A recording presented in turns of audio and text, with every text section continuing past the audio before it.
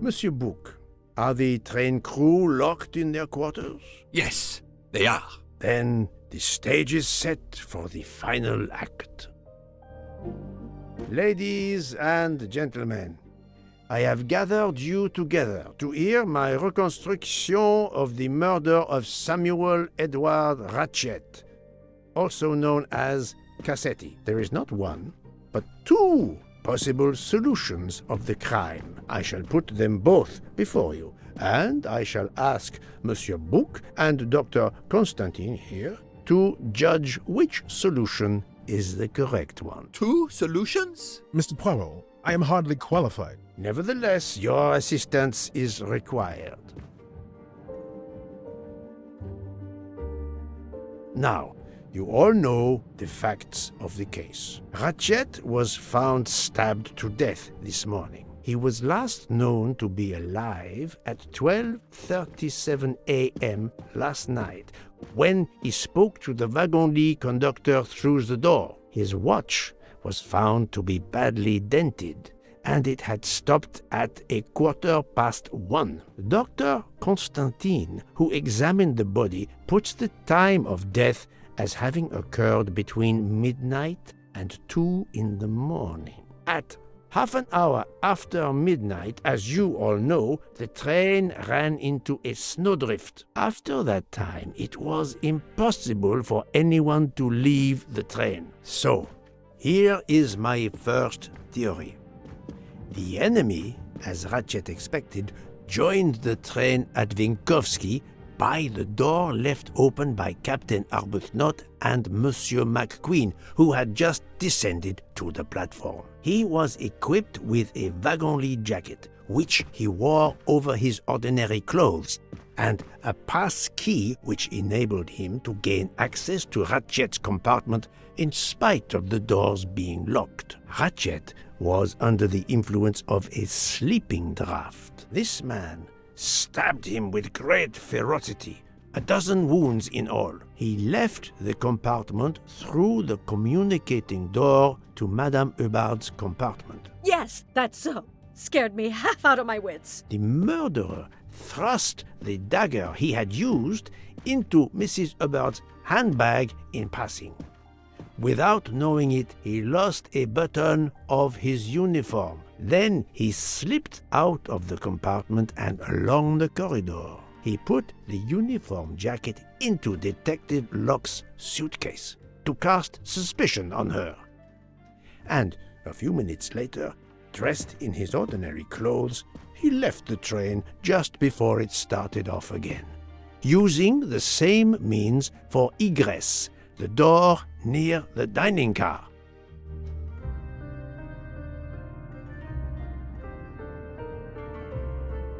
That is the first hypothesis.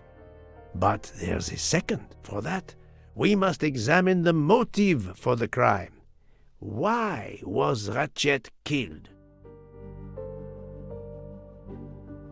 The motive is clear. Revenge, of course. Nothing was stolen, and we know that Ratchet had made many enemies. This was a premeditated crime, meticulously planned. Since the kidnapping and death of little Daisy Armstrong, which traumatized many people close to the family. Even when the police concluded that it was Suzanne Moreau, questions remained. Detective Locke continued her investigation, as did others. They became convinced the truth lay elsewhere. We now know who the real murderer of Daisy is.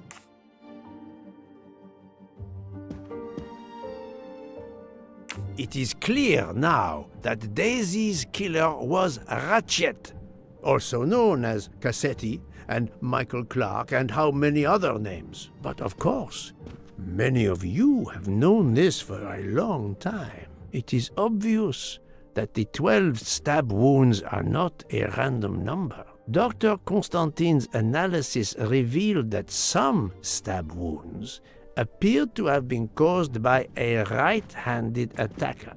Others indicated the knife wielder was left-handed. Some wounds were deep, more than one fatal, yet others were not much more than mere scratches. What can explain these discrepancies? This leads us to an obvious conclusion.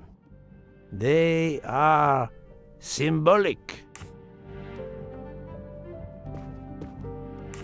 12 stabs. 12! The same number as a trial jury in the United States. But not just a jury of 12 members condemning him to death, but 12 executioners as well. This self-appointed jury had meticulously planned for everything except Snow. snow.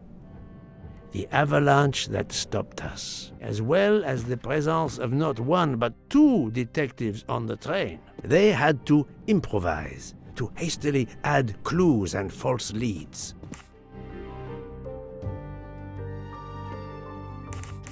This woman in a red kimono does not exist. I don't know which of the passengers it was. It does not really matter. It was just a performance, a charade to introduce another possible culprit to muddy the waters.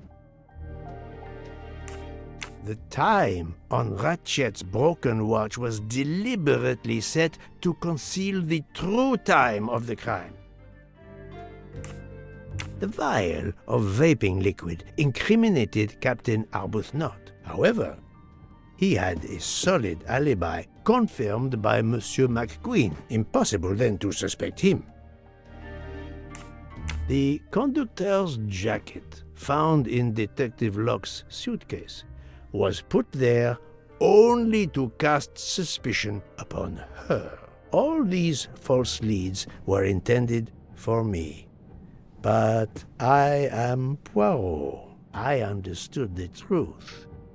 We have a train full of suspects. It's time to identify who the real culprits are. Let's start with Detective Locke.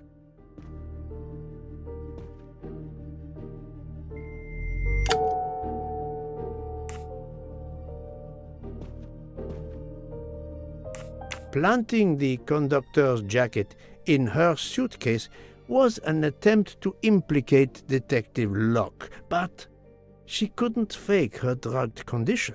Dr. Constantine can testify that the drugged tea incapacitated her for hours, and she had 2 relapses.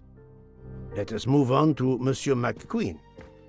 When I told him about Cassetti, he looked very surprised that I managed to make the connection between him and the Armstrong case. He told me, "But I thought we had..."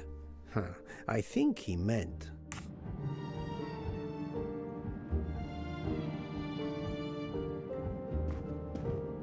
You thought you didn't leave any real clues linking the murder to the Armstrong kidnapping. Moreover, you insisted that Ratchet did not speak French when you knew I had heard a voice calling out in French that was supposed to be Ratchet.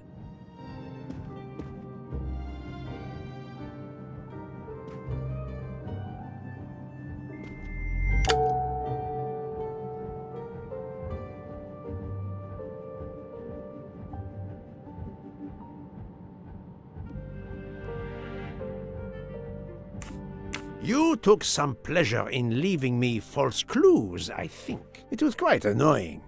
But you told me yourself that your father was the district attorney who handled the Armstrong case. The case haunted my father. At first, he believed Suzanne Moreau had helped her boyfriend, Noah, to kidnap Daisy, even though there were questions that went unanswered, and a young policewoman refused to let it go, continuing to find discrepancies, but never enough to reopen the official investigation. That policewoman sits there.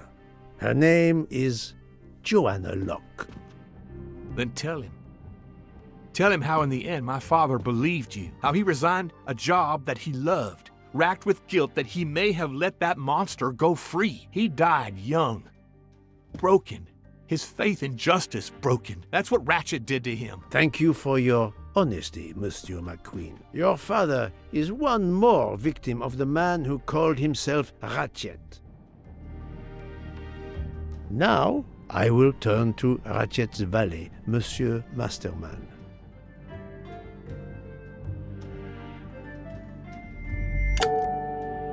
No, Poirot, remember Ratchet's sleeping pills.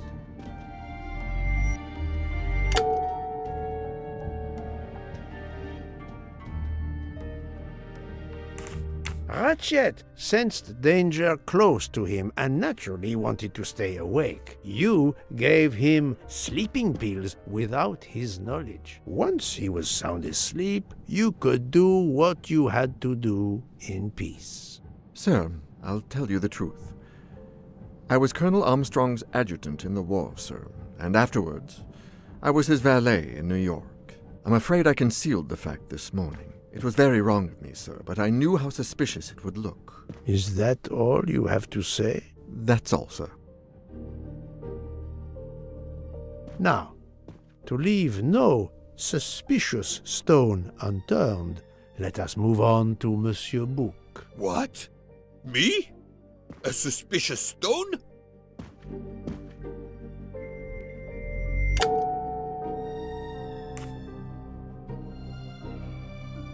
Book, my friend, of course you are not guilty. You did everything you could to get me on this train. What madness would cause you to ensure, and I speak with all modesty, that the best detective in the world could be present to witness your crime? But doesn't our friendship count as well? Most assuredly, but a murderer can wear all sorts of masks, including friendship. Let us consider our ever-efficient wagon-lit conductor, Pierre Michel.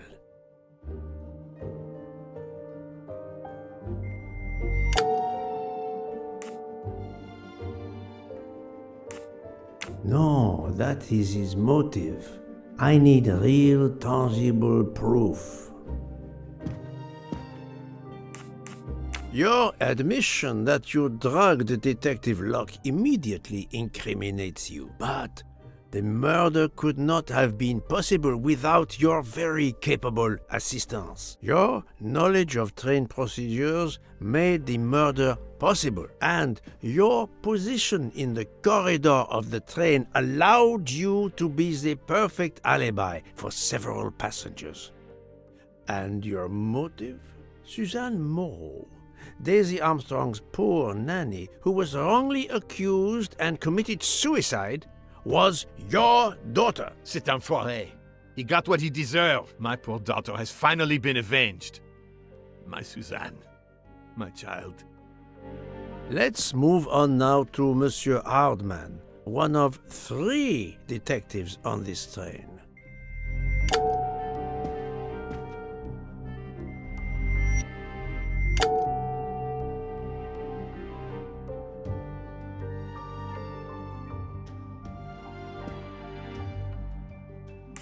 He lied about his profession, but he was hired by Ratchet. Why would he kill the man he was hired to protect? Monsieur Hardman, I think you are a real detective, but you were never hired by Ratchet. Your alibi was that you were watching the corridor to protect Ratchet, which, of course, you never did. You protected Pierre Michel. However, we just saw that his alibi doesn't hold up, so neither does yours. I don't know about the conductor. Being Suzanne's fiancé, you had a substantial motive to punish Ratchet. You used your detective skills, just as Detective Locke did, to hunt him down and finally avenge the death of your beloved. That's right, Mr. Poirot. I do have some detective skills. I never doubted it. Now, Fraulein Schmidt, the lady's maid with the soul of a cook.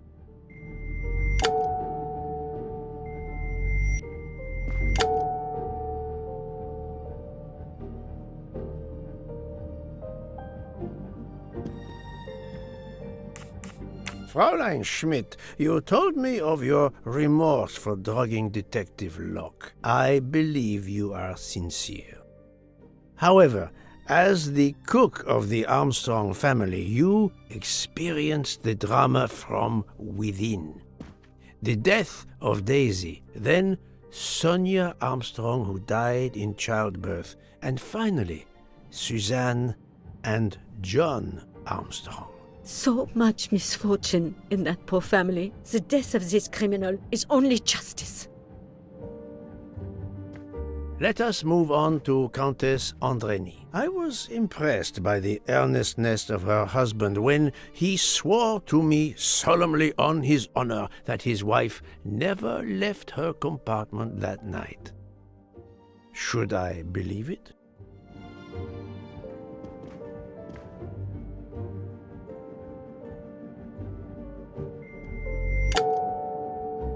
Even if it seems logical, it's more complicated than that. I believe Countess Andreni.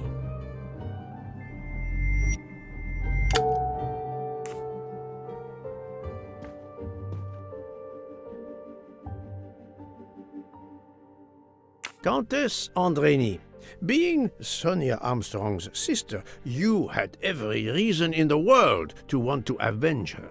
But you were incapable of stabbing someone, even after what he had done to you and your family. The night of the crime, you simply took a sleeping pill. I appreciate the irony that nearby, Detective Locke was also in a drugged sleep.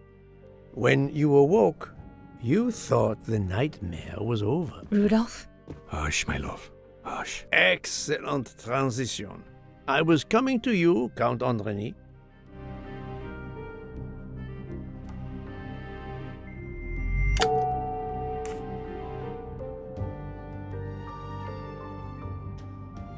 "12 people, a jury.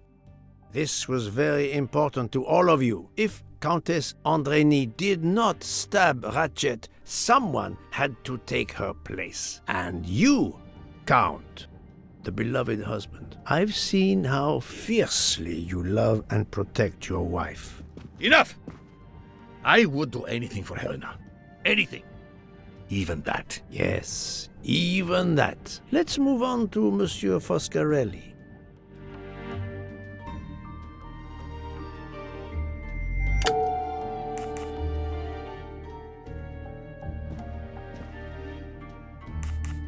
Detective Locke found out that you were the Armstrong chauffeur, and that you planned to travel on the same train at the same time as Ratchet. That is what made her decide to obtain a ticket as well. Unfortunately, she could not prevent the murder. Have you lost your tongue, Mr. Foscarelli? Oh, Daisy. She was the delight of the house. Tonio, she called me. And she would sit in the car and pretend to drive me. And you, Mademoiselle Olson, a champion for the immigrants, a worthy calling.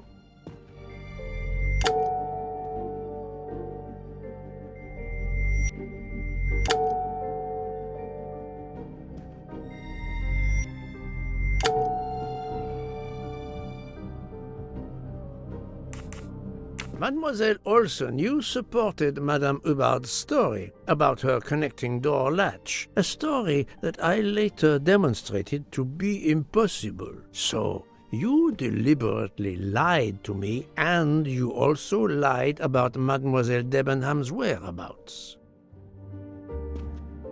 Enough!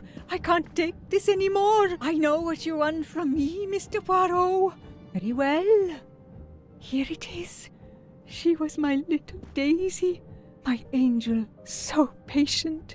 When I patched a scrape or took her temperature, that was my job. But she was so much more to me. She was a shining light in an ever-darkening world. I've tried to honor her by caring for children who have lost everything. Thank you, Mademoiselle Olsen. You too shed light on your part in this mystery.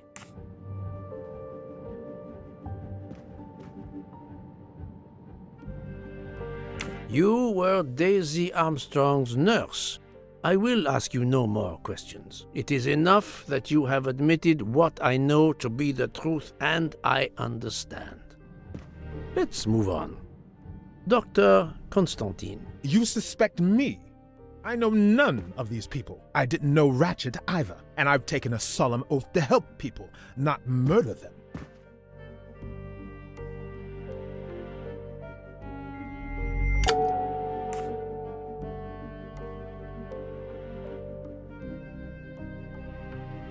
You are one of the few people in this room not to have any connection with the Armstrong case. Moreover, your alibi is confirmed by Monsieur Bouc, whom I would trust with my life. That is very kindly said, my friend. We now come to Mademoiselle Debenham and Captain Arbuthnot, whose relationship was not in doubt from the moment I inspected your room at the hotel. You have a bloody nerve.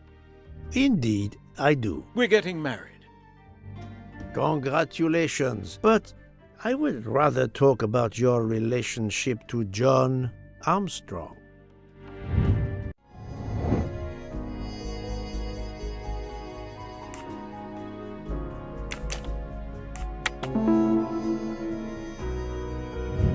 I'm right again. That happens to me a lot.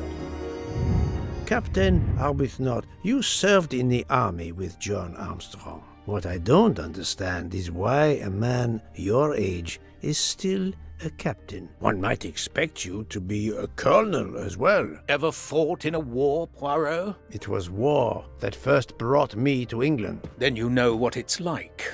There's a shattering sound, and death, and mistakes, acting on intelligence that proved to be wrong. I sent a patrol to their death. Good men, brave men, wasted. John testified on my behalf at a court-martial. I'm not a colonel. I don't deserve to be, you bloody fool. But I'm also not in prison. John remained my best friend until... There, you have my story. Understand now? Archie, calm down, please. You're right, Mary. What you see in me, I don't understand. Oh, Archie, I see in you what John saw. Miss Debenham, I'm sorry. My turn, is it? I'm afraid so. And you have caused me quite a puzzlement. Your connection with the Armstrong family was not obvious. Then I remembered the job you currently hold.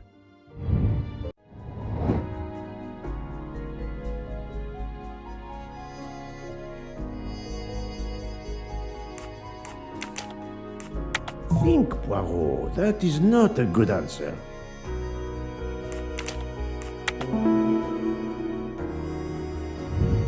That was easy. You were the teacher of...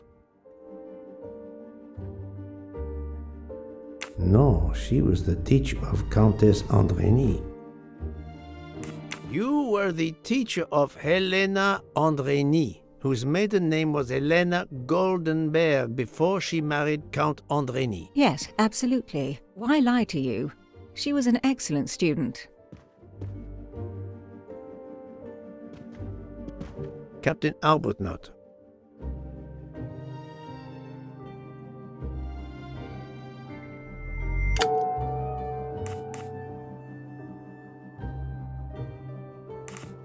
No, his vial found at the crime scene was a decoy. You had one of the strongest alibis, thanks to Mr. McQueen. But his testimony melted like a snowflake. There went your alibi. Poof! Unless you have another one. As for you, Mademoiselle Debenham,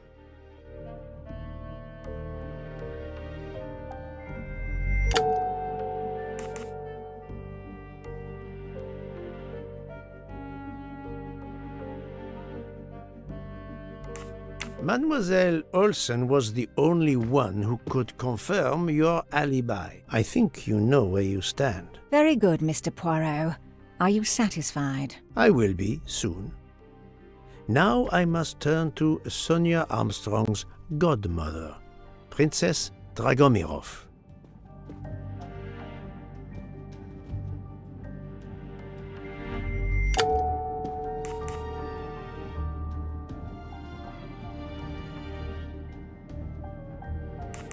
Princess Dragomirov, you weren't on my list of suspects at the start, given your social position. I left my social position in a cold country. Do you object to being addressed as princess? I deny people the opportunity. It makes a good story to tell their friends. It also guarantees a good table in the best restaurants. Princess, there is also, forgive me, your extreme physical fragility. It does not stop me when I must be strong. Indeed.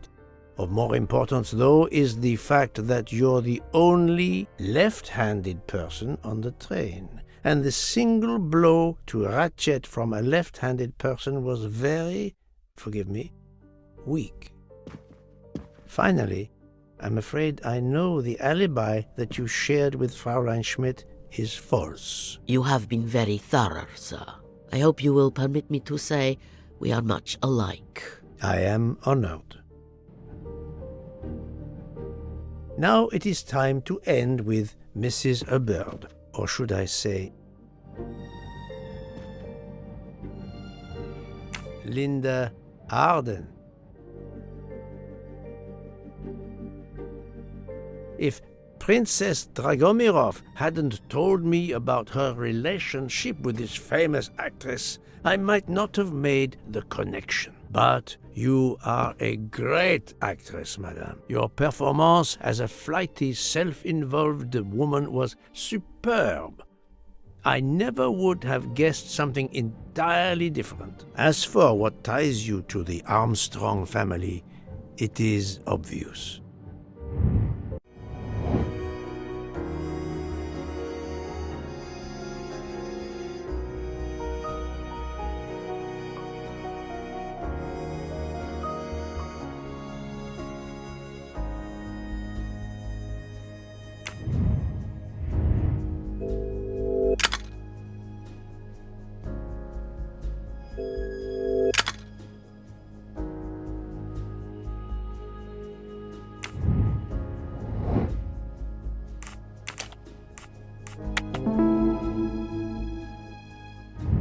That's the right answer.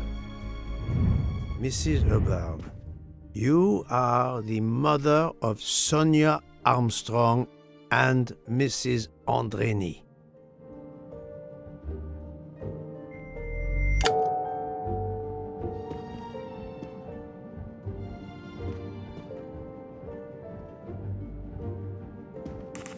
Madame Hubbard, you really are a remarkable actress. You put so much effort into your character and into staging the murder. I saw it as a perfect mosaic, each person playing his or her allotted part, so carefully arranged that if suspicion should fall on any one person, the evidence of one or more of the others would clear the accused person and confuse the issue. Everything was meticulously planned. But you hadn't expected that Detective Locke and I would be on this train, and the avalanche would block it on the night of the murder. You had to improvise.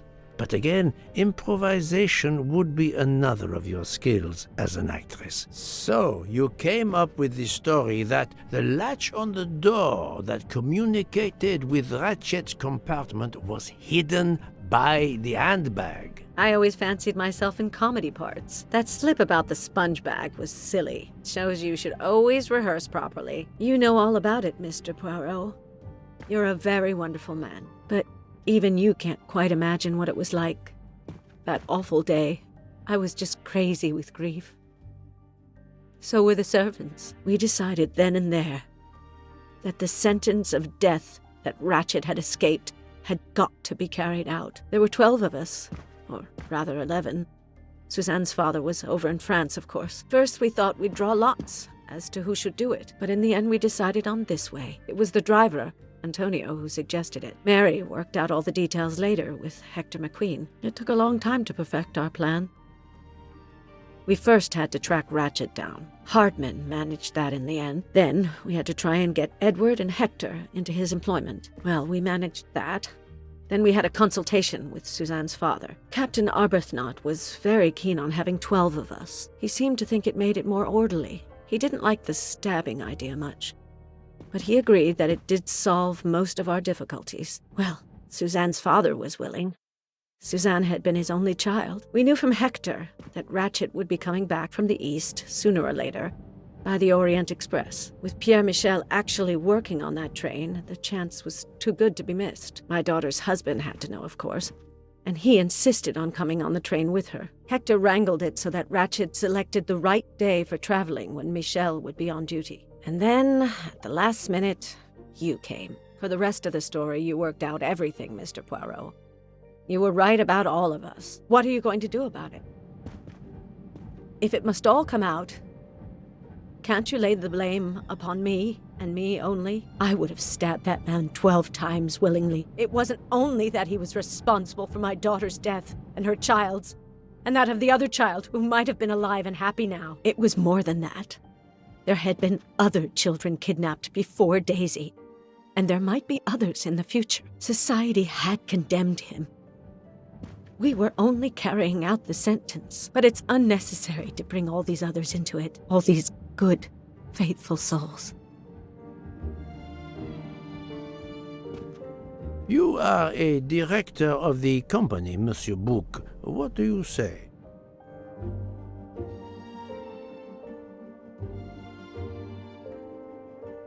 In my opinion, Poirot, the first theory you put forward was the correct one.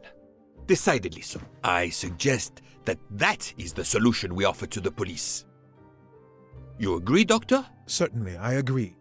As regards the medical evidence, I think that I made one or two fantastic suggestions. Then, having placed my solution before you, I have the honor to retire from the case.